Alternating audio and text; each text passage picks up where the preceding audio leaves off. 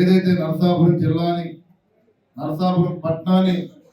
జిల్లా హెడ్ క్వార్టర్గా చేసుకోవాల్సిన అవసరం మన నరసాపురం పట్టణానికి ఉంది. ఎందుకంటే సబ్ డివిజన్ వ్యవస్థ ఇక్కడ ఉంది, రెవెన్యూ వ్యవస్థ ఇక్కడ ఉంది, విశాలమైన ప్రభుత్వ భూములు ఇక్కడ ఉన్నాయి, మరి మంచి గోదావరి నది తీరం ఉంది, సముద్ర తీరం ఉంది. అన్ని రకాలుగా కూడా నరసాపురానికి హెడ్ క్వార్టర్ అనే అర్హత ఆ రోజున మనందరికీ మన నియోజకవర్గానికి ఉన్నది. ఇక్కడ ఆ రోజున ఇక్కడున్న ప్రతి ఒక్కరూ కూడా మరి ఏదైతే జిల్లా కోసం మనందరూ కూడా పోరాటాలు చేశామో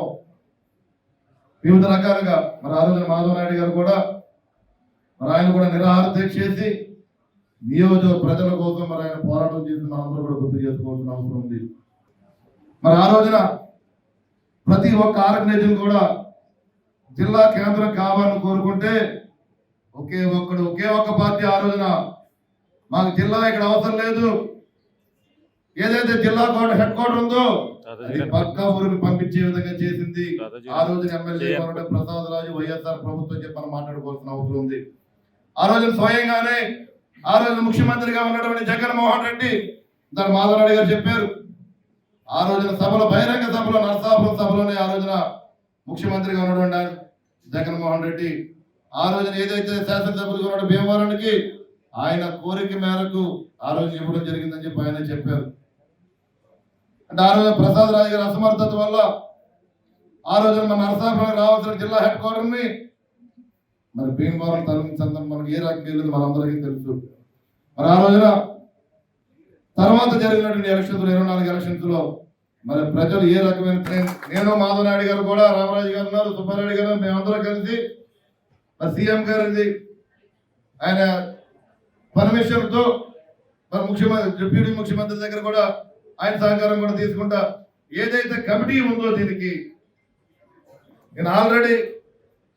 నేను చాలా సందర్భాలు నేను పవన్ కళ్యాణ్ గారితో మాట్లాడుతూ లేదా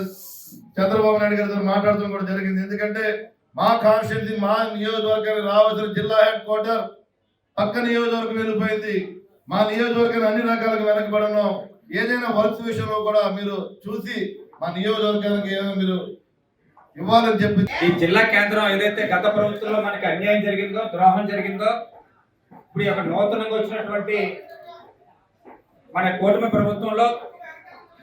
మనకి నరసాపురానికి న్యాయం చేయమని చెప్పి మన ఎమ్మెల్యే గారి ద్వారా, మన బొమ్మడి నాయకర్ గారి ద్వారా మన రాష్ట్ర ప్రభుత్వాన్ని విజ్ఞప్తి చేయడం కోసం ఇక్కడికి మన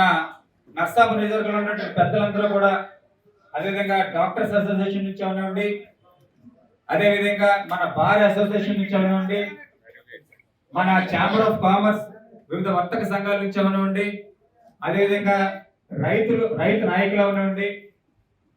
అదేవిధంగా అన్ని వర్గాల ప్రజలు కూడా వాళ్ళ గౌరవ ఎమ్మెల్యే గారు బొమ్మడి నాయకర్ గారిని విజ్ఞప్తి చేయడానికి ఇక్కడ అందరూ కూడా రావడం జరిగింది. ఈ సందర్భంగా ఆయనకి విజ్ఞప్తి ఏంటంటే, నరసాపురం నియోజక ప్రజలందరి తరఫున కూడా గత ప్రభుత్వంలో, వైసీపీ ప్రభుత్వంలో ఏదైతే చట్టరీత్యా విభజన చట్టంలో ఉన్నటువంటి హామీలకు అనుగుణంగా డివిజనల్ హెడ్ క్వార్టర్స్ అన్ని కూడా డిస్ట్రిక్ట్ హెడ్ క్వార్టర్స్ చేయాలని చెప్పేసి ఏదైతే నిర్ణయం తీసుకున్నారో, అందులో భాగంగా నరసాపురాన్ని కూడా ఏదైతే డివిజనల్ హెడ్ క్వార్టర్స్ ఉన్నటువంటి ఒక నరసాపురాన్ని కూడా డిస్ట్రిక్ట్ హెడ్ క్వార్టర్స్ గా ప్రకటిస్తూ పత్రికా ప్రకటన కూడా రావడం జరిగింది. అయితే తదనంతరం జరిగినటువంటి పరిణామాల్లో అప్పుడు ఉన్నటువంటి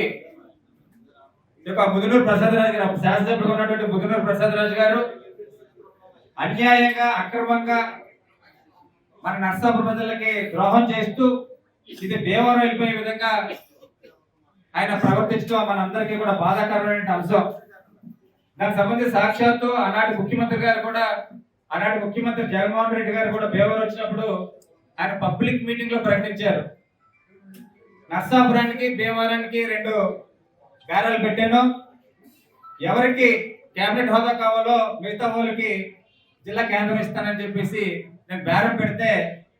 భీమవరంలో ఉన్నటువంటి శాసనసభ్యుడు నాకు జిల్లా కేంద్రమే కావాలి, నాకు కేబినెట్ హోదా వద్దు అన్నప్పుడు నేను భీమవరానికి జిల్లా కేంద్రం ఇచ్చాను, నర్సాపురానికి కేబినెట్ హోదా ఇచ్చానని చెప్పేసి ఇది చాలా హాస్యాస్పదమైనటువంటి నిర్ణయం ఇది. అంటే అప్పుడు ఉన్నటువంటి ముదుగూరు ప్రసాదరాజు గారు కక్కుర్తుపడి ఈ యొక్క కేబినెట్ హోదాకి కక్కుర్తుపడి అది 2-3 సంవత్సరాలు ఉన్నటువంటి కేబినెట్ హోదాకి కక్కుర్తుపడి మన నర్సాపురం ప్రజల ద్వారా ఎన్నుకోబడినటువంటి యొక్క ముదుగూరు ప్రసాదరాజు గారు నిలువున మన నర్సాపురం ప్రజలందరినీ కూడా ముంచేయడం మనందరం కూడా చూసాం. తెలుగులో న్యూస్ కి ఫాస్టెస్ట్ యాప్ ఇప్పుడు టోటల్లీ న్యూ అవతార్లో జస్ట్ 5 సెకండ్స్ లో కంప్లీట్ న్యూస్, సోషల్ మీడియాలో ట్రెండ్స్ కి one stop solution, live TV app, voice search option తో ఇప్పుడే డౌన్లోడ్ చేయండి లేదా అప్డేట్ అయిపోండి. యాప్ లింక్ డిస్క్రిప్షన్ లో ఉంది.